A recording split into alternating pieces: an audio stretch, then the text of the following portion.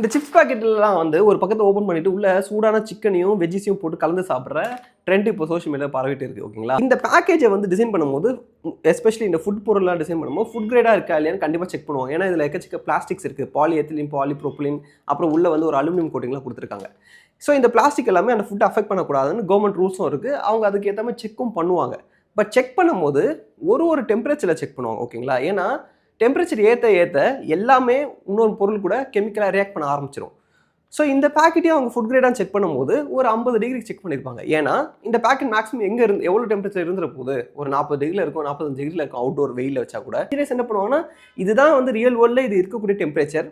So நம்ம இதுலேருந்து ஒரு 10% அதிகம் வச்சு செக் பண்ணுவோம், அதாவது ஒரு 60 டிகிரியில் செக் பண்ணுவோம், 65 டிகிரியில் செக் பண்ணுவோம்னு சொல்லி செக் பண்ணிவிட்டு அப்போது அந்த ஃபுட்டு கூட ரியாக்ட் ஆகலன்னு சொல்லி சர்டிஃபை பண்ணிவிடுவாங்க.